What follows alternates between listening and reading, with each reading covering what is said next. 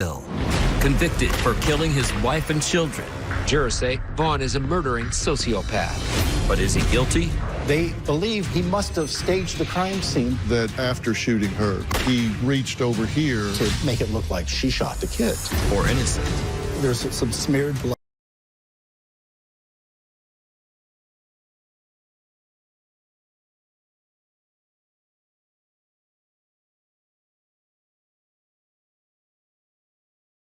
Here. They're saying that this is new evidence in terms of whose blood was on that seatbelt. All new Dr. Phil exclusive.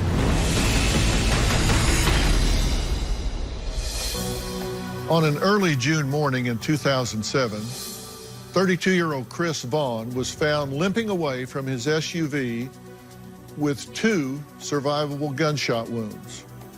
One bullet pierced his left wrist, while another went through his left leg.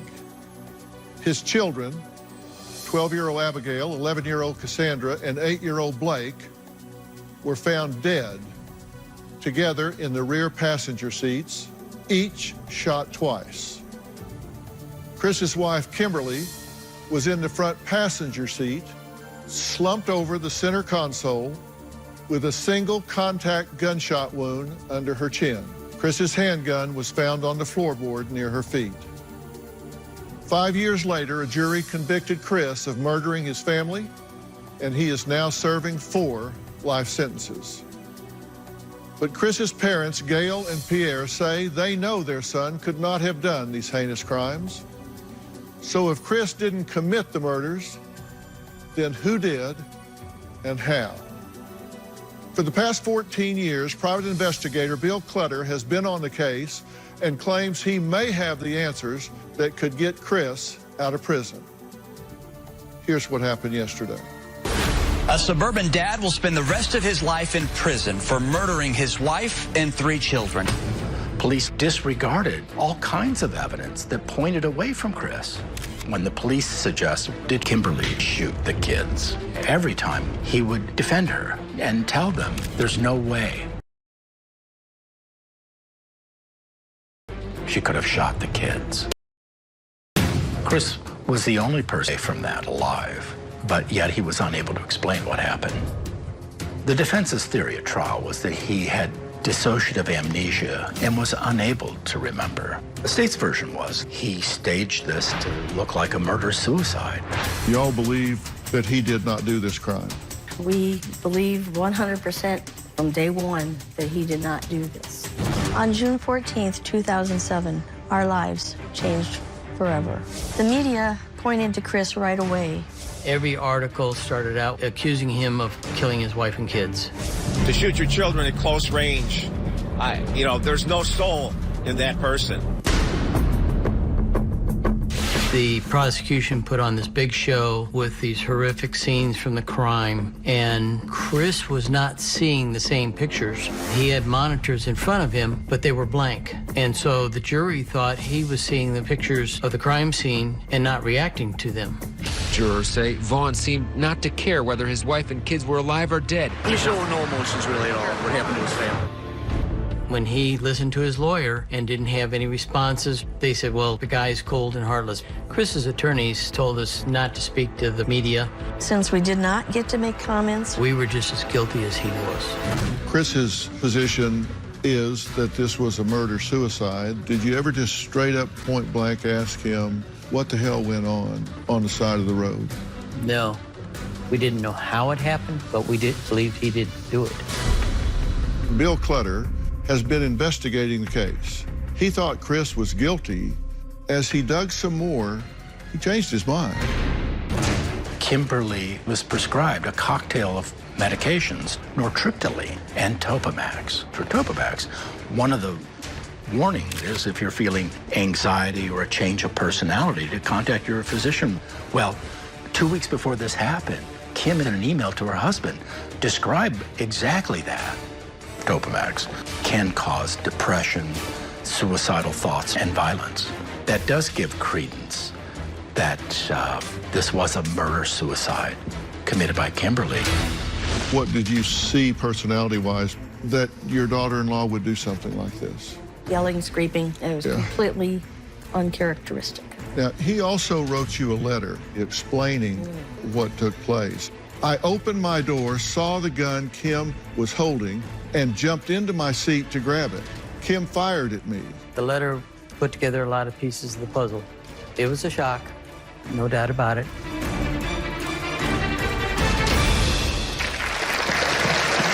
Bill Clutter, investigator, hired actors to do a reenactment of how Chris's blood got on Kim's seatbelt. Now, we have the interior of an SUV here for Bill to show us what he believes happened and what he thinks explains an awful lot in this case. And with Jed looking on and all of you as well, Bill, take the floor and show us exactly how you think that happened and why you think it's important in determining who did the shooting in this case. Right. What I'd like to do, though, is first show where the blood stains were on the seatbelt. So the seatbelt was unbuckled, the passenger seatbelt, when Illinois State Police arrived.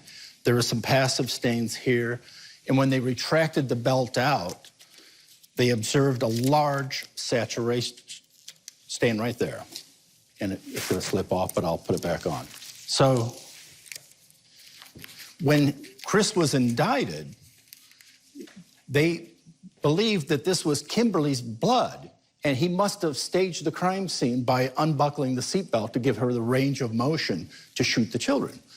And our crime scene demonstration proved that that didn't happen at all. When we prompted our actor to unbuckle the seatbelt when it was latched, all he had to do with his good hand that wasn't bleeding, just slide it in between the arm and unbuckle it with one finger. Okay, now, so you're saying that they're saying he staged this by unbuckling her seatbelt after she was shot. Okay, and that he would have to do that so she would have the ability to be able to turn. Right, the range of motion to shoot the children. Shoot the three children in the back seat. So this was an afterthought. Like after he self-inflicts, according to the state, he says, oh, I got to unbuckle the seatbelt. So that's their theory of how his blood gets on there. We read Chris's letter to the actor, and we had him play it out. Or let's do that. And so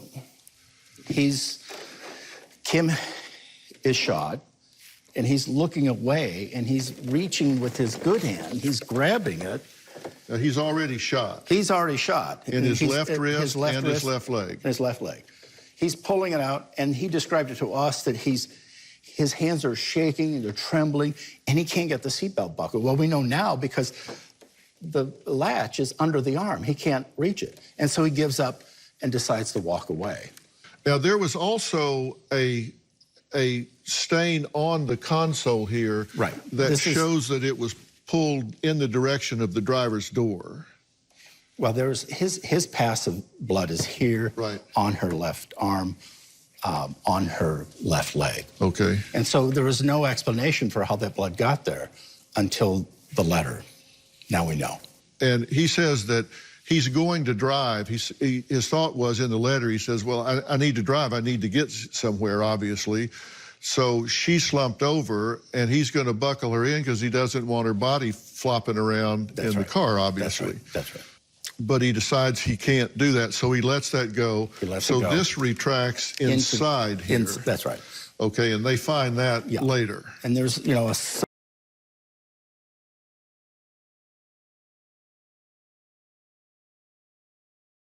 there's some smeared blood here, and there's a passive stain there. Right.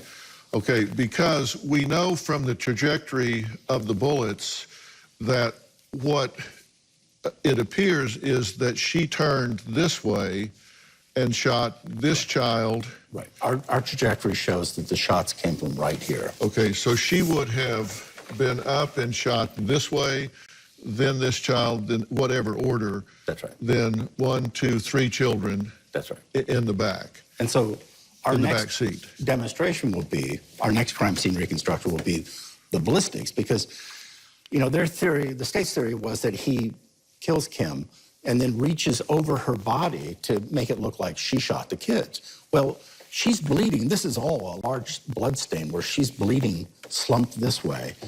And I think our demonstration will show that there's no way he could have done that without getting her blood on his right arm. And do we know is their theory that he was shot before, or he shot himself before or after he shot the children? I think their theory is that he shot himself last, that he was That he self-inflicted. did all of this shooting and shot himself last. And then realized that he needed to unbuckle her seatbelt. Okay. There was not a gun residue test because in a closed area like this, gun residue would have been all over everyone. Right. They did GSR on Kim, but, you know, that really doesn't say a lot because of being inside an enclosed vehicle. It's going to settle Yeah, on. it's It's gonna going to be settle on everyone. Jed, what do you think this does factually? How do you think this changes things? Well, I think that the blood stain on the seatbelt is a game changer for the defense. I think that the angle of the bullets that were fired by Kim into her children could not have been fired by Chris, and the trajectory of those bullets shows where they came from, and I think offers the answer of who fired them. The science of this case, the forensics, the blood spatter, the trajectory of bullets, all lead to a conclusion of innocence, and all must be presented to the court. All right, coming up, the attorney who prosecuted Chris says he's right where he belongs. We'll talk to him when we come back.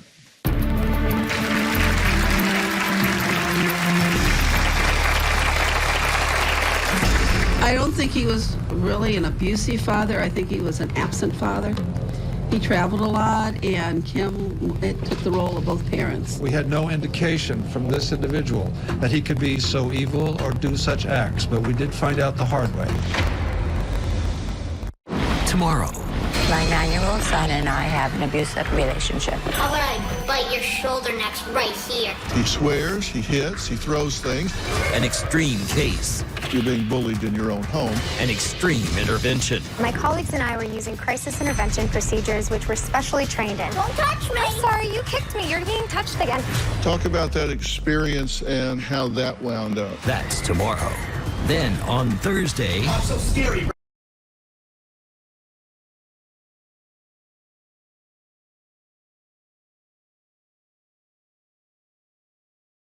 Should lose count. Why can you not look at her when she's talking to you? This is right. That's Thursday.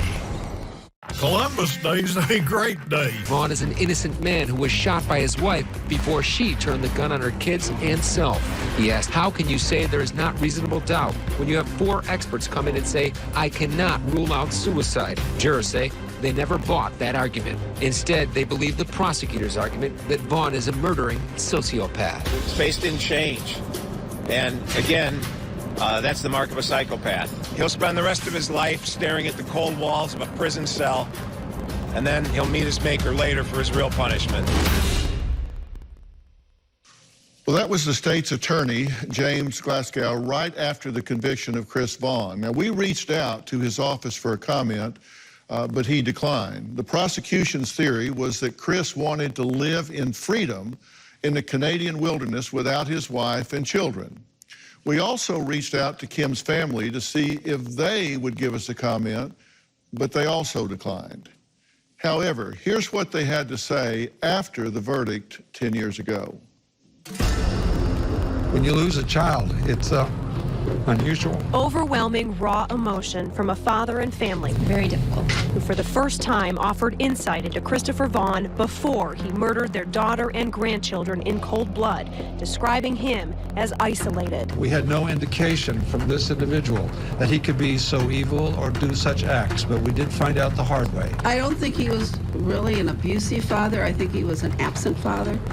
He traveled a lot, and Kim took the role of both parents. Kimberly's mother and sister read prepared statements in court, just feet from the man they once called son-in-law. The judge asked Vaughn if he wanted to make a statement to offer anything to answer the question of why.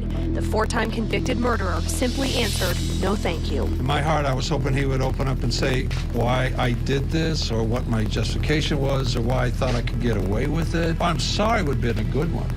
If he would have just said that, it would have helped a little bit on the closure aspect. And it is closure Kimberly's family now seeks, knowing those 4 beautiful faces will never be forgotten. I think this day will help our family get some closure, but I believe that it's going to take a long time to heal.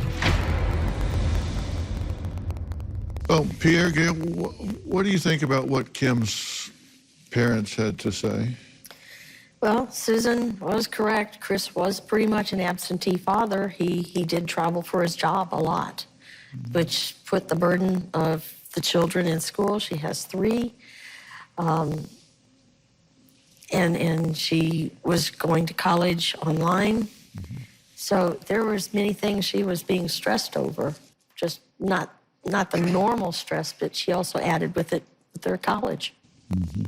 So you agree with part of what she's saying? I do. Mm-hmm. What do you think, Pierre?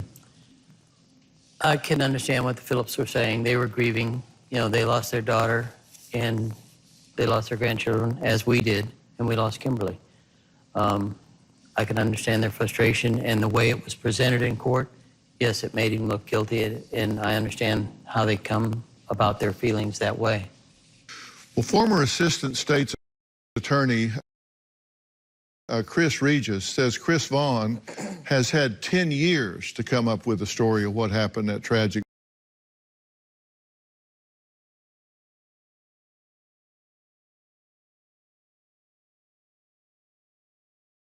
Explain things away, but that doesn't change what happened at the time. And you say there's nothing new here. What do you say about the blood evidence and what was not presented in the case at the time? Because they're saying that this is new evidence, that this was not properly presented in terms of whose blood was on that seat belt and how this could have happened in terms of the shooting. Well, it's important to note that, like what you just said, they're talking about what could have happened. This is not new evidence. This is a new interpretation of evidence that existed at the time of the trial. There were 4 bullet holes found in his jacket. 2 of the holes in the jacket do not correspond to any injuries on his body. How do you explain those 4 bullet holes? You have no idea how relevant what you're talking about is. Professor of Behavioral Economics, Dan Ariely, reveals the science behind online dating. People make all kinds of association based on how we look. I look kind of strange. If I had to go on online dating, it will be tough. Is technology helpful? If you say, I don't want to see bald people, you'll never see somebody who's lovely and bald. Or harmful? They might miss me because I'm bald, but they would also miss Dwayne Johnson, The Rock.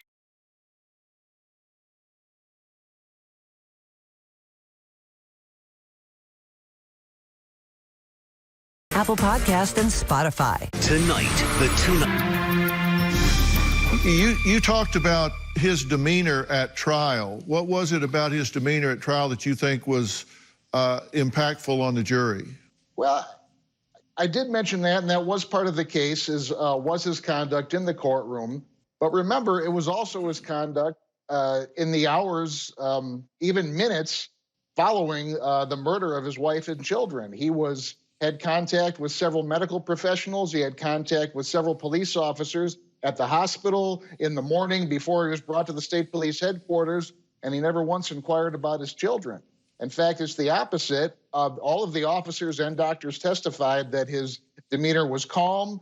They could talk to him about normal things. He would respond to questions, not about the case, but just about things in everyday life, just to make a conversation with them. And he never asked about his children. And that was a very powerful piece of evidence, I think, that the jury considered. Right. Do you think it's possible that he was in shock and denial at that point and was not admitting into consciousness what he had seen or observed with regard to his children's death? All of the medical professionals who testified, be it from the paramedics who responded to the scene and had first contact with him, to the treating physicians, and there was more than one at the hospital he was taken to, said that he was not in shock, nor had he been in shock. There's no evidence to support that at all. Okay. And what do you think of the position that the investigator lied to the jury? Well, you're talking about the grand jury. not the jury. And that was before my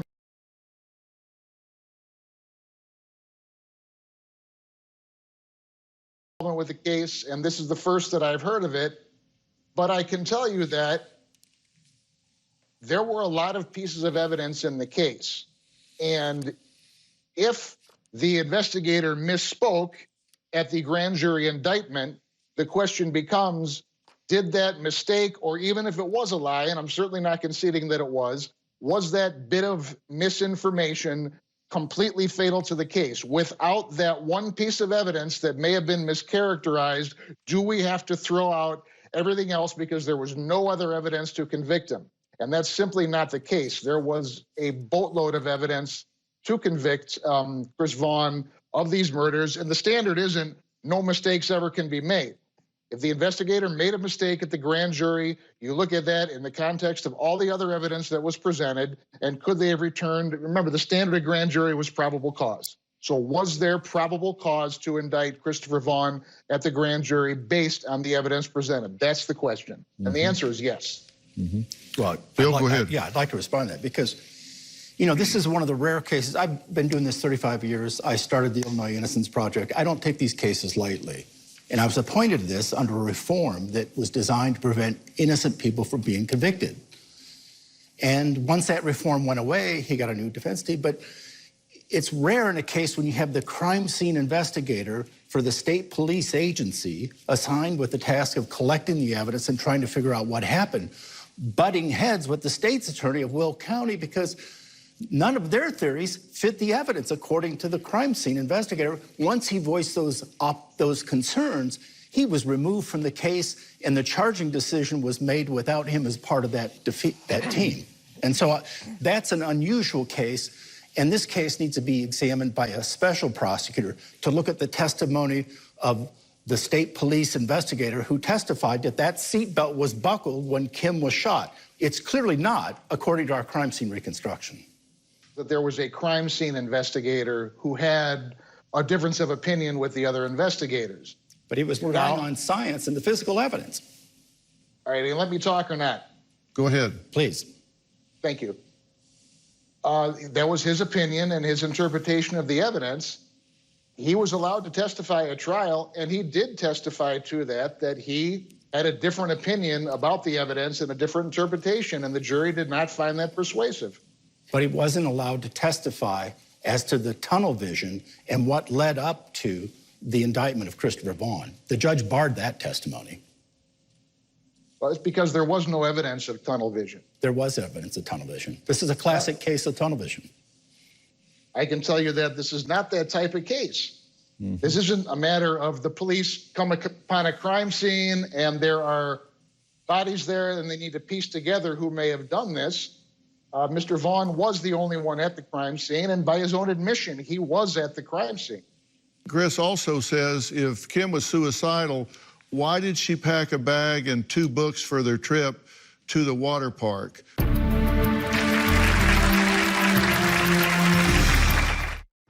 Closed captioning provided by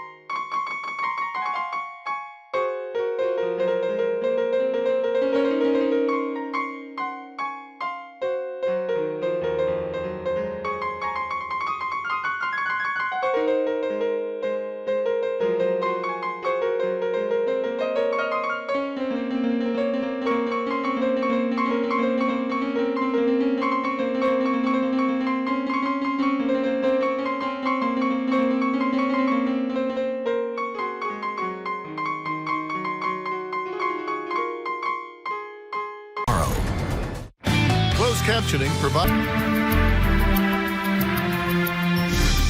Jason, why did you get involved in this case? When I was approached on this case, I saw several of the hallmarks of wrongful convictions. And what I mean by that, Dr. Phil, is tunnel vision set in from the very beginning. And you can see that in the way that they treated him as a suspect, and the way that they treated the family is very different, even from the very outset of this awful tragedy. You also have junk science in terms of the fact that the presentation that was given to the grand jury was inaccurate, to say the least. That's probably too kind of a word. And then you have trial by media. So I don't think he had a hope in hell with those factors lined up against him. Lauren, you have done a really deep dive on this, a really deep dive, and talked to Chris Vaughn. Why do you think he's innocent? A lot of the same reasons that Jason brought up. You know, I had covered crime in television for over a decade, and I was a little blindsided that I had never heard of this story. You mentioned Drew Peterson. This story never broke on a regional stage. It was a local story. And immediately when I saw his mugshot, there was something that was incongruous with the crimes of which he'd been convicted. So it started out just as a hunch. But the more I dug, the more reason I saw to keep going. Definitely as the lone survivor, he was targeted from the beginning. And when you arrest a man the morning of his family's funeral, there's no presumption of innocence. And then I started speaking to the Vaughns and to Bill Clutter. And again, the more questions I asked, the more I felt the need to continue asking. And that's led us to where we are now. Yeah. It's a tragedy onion, Dr. Phil. Yeah. You peel it away and it gets worse. And so you think this whole thing was a grandstand play? I mean, doing it the morning of the family's funeral, this made headlines locally. It was a perp walk of the highest order to pull him out on that day in that way. So everybody goes, oh my God. And he was held in prison for 5 years before he stood trial. And when he walked into that courtroom, it was with the full presumption of guilt, not innocence. And that's not the way the system's supposed to work. All right, coming up, according to Pierre and Gail, Chris does not want another trial. So what does he want? We'll find out next.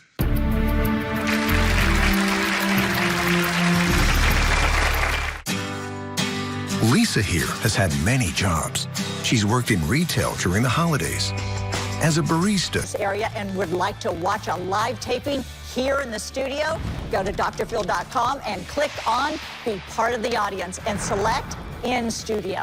And if you would like to be in our virtual audience, select Attend Virtually. We have a good time here, don't we, audience? All you need is a computer with a camera and high-speed internet. We'll see you soon.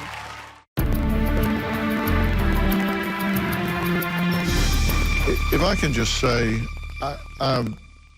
it is not lost on me that y'all are having to sit here while we talk about the shooting of your grandchildren.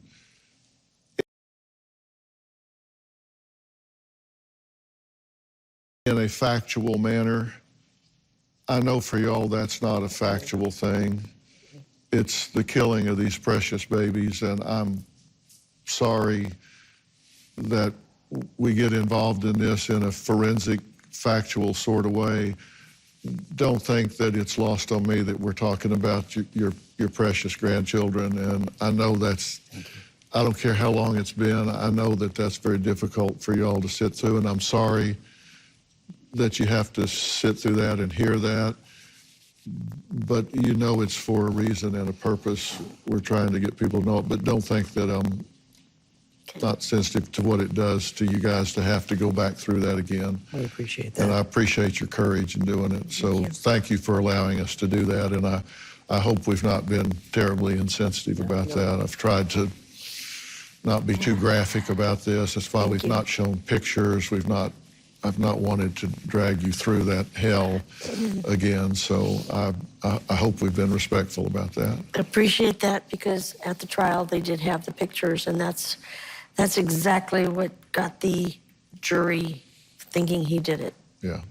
Well, we're not wanting to sensationalize here. We're just wanting to get the facts out, because I think there's a story to tell. Thank you. Jason, you had a point you wanted to make.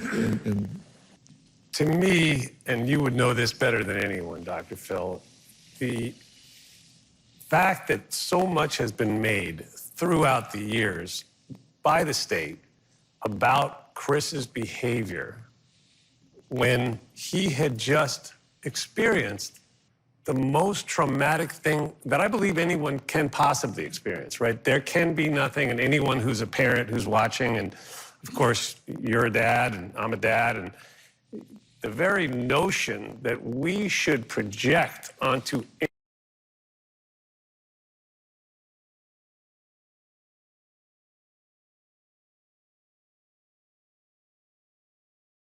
anyone our feelings about how they should behave when they've just seen their family murdered in front of their eyes.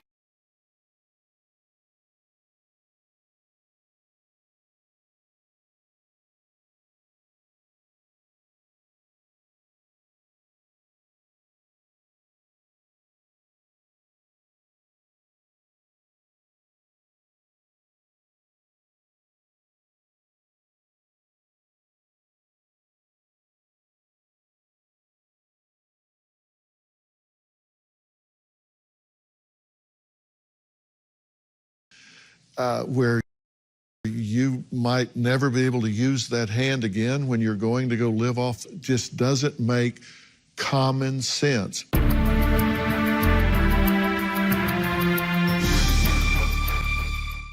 What can I do with less asthma?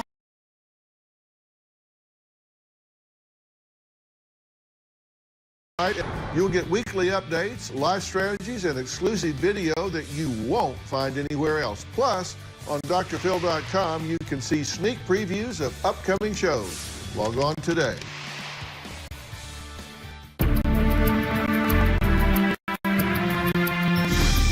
There's an email that Chris sent to you and me, Jason, and I want to close with looking at that. I am indescribably grateful that you have taken the time to take a closer look at my case. I am grateful for your help in bringing my situation to the attention of such a large audience. This effort should help them realize not only the possibility, but the reality that wrongful convictions happen. Your help and support means that not only is my hope of regaining my freedom more realistically attainable, but that I can be part of and contribute to something larger. Thank you for your open-minded support, compassion, and generosity. That from Chris to you and me. So we hear you, and we'll leave this where it is for now. My goal in this is to have a sit down with your son at the very first opportunity. I want to look this man in the eye and ask him some very pointed questions. I want to thank Chris Regis, Jed Stone, Jason Flom. Laura, thank you for being here. Don't forget to tune in to Jason's podcast, Happy 5th Birthday to Wrongful Conviction. Jason and I work together a lot, and I have undying respect for the work that you do. It is selfless. You are generous and tireless in doing it. Lauren's podcast, Murder in Illinois. Lauren, you and I have crossed paths in the past. You've done work for Dr. Phil before in the field, and I am really recommending that y'all listen to this podcast. You have done an amazing job of piecing together a jigsaw puzzle where you couldn't see the picture. It's like doing a jigsaw puzzle where you turn it over and all you can see is the cardboard, but you've put it all together, and you've done a great service here. So God bless you for your work and effort on this. Thank you. And I really recommend people listen to it. For more information about today's episode, or if you'd like to share your story, log on to drphil.com. One of my favorite things to do in the mornings is to grab an iced tea and log on to my social media and read your comments. So let me know what you think about what we're talking about here today and where you come down on this. We'll see you tomorrow. Thanks for being here today. So long.